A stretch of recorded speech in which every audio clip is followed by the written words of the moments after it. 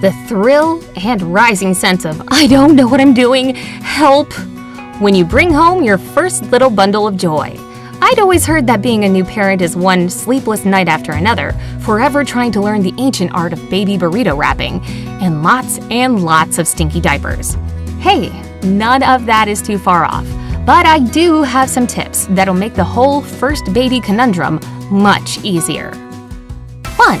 Getting the baby to sleep. Newborn sleeping problems come from the fact that inside the womb, it's always dark and cozy, and the baby is used to that setting. So once they come into our world, they have to adjust to changes in light. Try to keep the room lit up during the day and dim the lights at night. This will help your little one understand the difference between daytime and nighttime. Your almost sleeping baby might look irresistibly cute to you, and you'll certainly get the urge to kiss those chubby little cheeks, but that wouldn't be a good idea. Fight the temptation, because the baby may take it as a cue that you want to play with them, or that it's lunchtime, so they might wake up. And remember that it'll take some time for the baby to get used to the ways of our world, so be patient.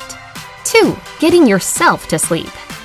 As if by some sort of infant sorcery, whenever I was on the verge of falling asleep at night, my newborn would know and immediately start crying. So for the first few days, I didn't get much sleep, that's for sure.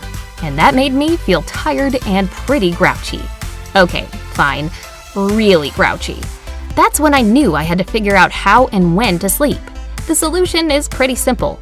I sleep when the baby sleeps. Syncing your sleep cycle with your baby's will help you get enough rest so that you're fresh and full of energy when you're awake. 3. Wrapping your baby up. Hey, how hard can it be to wrap a baby in a blanket? I know, I thought the same thing. But there is a sort of science to it so that your baby is as safe and comfortable as can be. First off, lay a light blanket down in a diamond shape and fold the top corner about 1/4 of the way down. Place the baby face up on the blanket so that their shoulders are just below that fold. Then grab the right corner of the blanket, pull it across the baby's body, and tuck it under the left side. Leave the little one's left arm out. And, of course, you can do it from the other side, from left to right. Pull the bottom corner up and tuck it into the fold you just created over your baby's right shoulder. Finally, grab the remaining open corner, the left one if you went from right to left, bring it across your baby and tuck it under. Now you have your perfectly wrapped baby burrito. Swaddling is actually really important because it makes the baby feel safe and secure.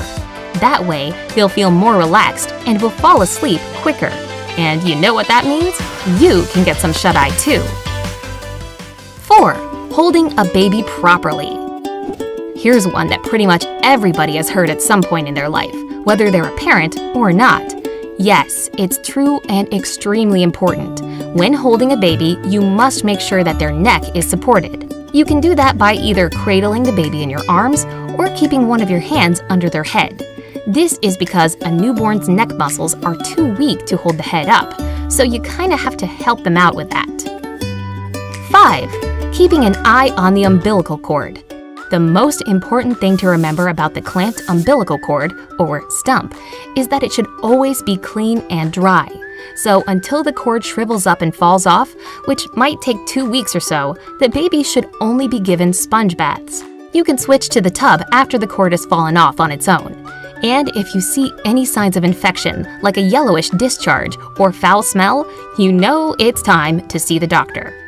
6. Taking a slippery baby out of the tub. A baby's skin is super soft, and it can get really slippery after a bath. That's why it's extremely important that you be extra careful while removing the baby from the bathtub.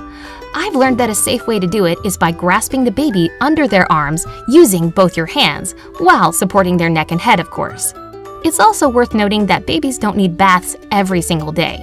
Otherwise, their silky soft skin can get dried out and irritated. Most doctors recommend doing it about 3 times a week until your little tyke starts moving more on their own. You know, playing in sandboxes and whatnot. 7. Changing diapers. Here's a task any new parent will become a pro at in no time. I mean, it's not the most complicated thing in the world. You want to remove the soiled diaper and put a fresh, clean one in its place. But there are some important things to remember. For example, always wash your hands first and afterwards. to prevent bacteria on your hands from getting onto the baby. Also, always wipe front to back. This will help prevent infection, especially for girls. And make sure that the baby's skin is clean and dry before putting on the fresh diaper to avoid diaper rash. Having some rash ointment is a must anyway. And finally, you should also be careful with the umbilical cord stump when changing diapers. Make sure the diaper doesn't go up past the umbilical cord if it hasn't fallen off yet. Some diapers for newborns have a cutout around the belly button area to avoid irritation. If yours doesn't, don't worry. You can simply fold the diaper down from the top to keep the umbilical stump out. 8. Feeding. If a mom can or chooses to breastfeed, then there are some helpful tricks when it comes to a baby's mealtime. As far as positioning goes, there are actually different ones, from the classic cradle to the lesser-known football hold. Moms can choose whichever way is more comfortable and safe for them and the baby. That's the most important thing. Also, if you have a sleepy newborn that tends to get tired and doze off while sucking, you can tickle their feet as they're feeding. This will ensure they don't fall asleep with an empty stomach. And if a baby's on formula, the pediatrician will give you all the instructions you need. Just don't assume that baby bottles always need to be warmed up like you see in the movies. And if you do decide to serve it warm, never use a microwave. It can create hot spots that you might not catch while testing it on your wrist. A pot of warm water will do just fine. Also, don't shake the bottle too much. That's a one-way ticket to a really gassy and uncomfortable baby. 9. Baby massages. Who doesn't like a good massage? I know I do, and my baby loves it too. But for a newborn, it's even more important because it makes their bones and muscles stronger. Not to mention, it's an amazing way to bond with your little one. All you have to do is lay your baby on a towel that's placed on a comfortable surface, like a bed. Always massage using a vegetable-based oil. Start with the legs, followed by the arms, then the chest, and finally the baby's back. 10. Bonding. Bonding will be different for everyone, but the goal is the same, to establish a strong connection between the baby and its parents. This process should start as soon as the baby's born. All it takes in the beginning is gentle skin-to-skin touch. Another important thing is to look into the baby's eyes and talk to them. I know it seems kind of weird since they don't understand a lick of what you're saying, but it does help build that connection. Also, since a baby's eyesight isn't that good, you have to get real close to them while interacting. And of course, be sure to sneak in lots of kisses while you're face to face. Did I leave anything out when it comes to caring for a newborn? Let me know down in the comments.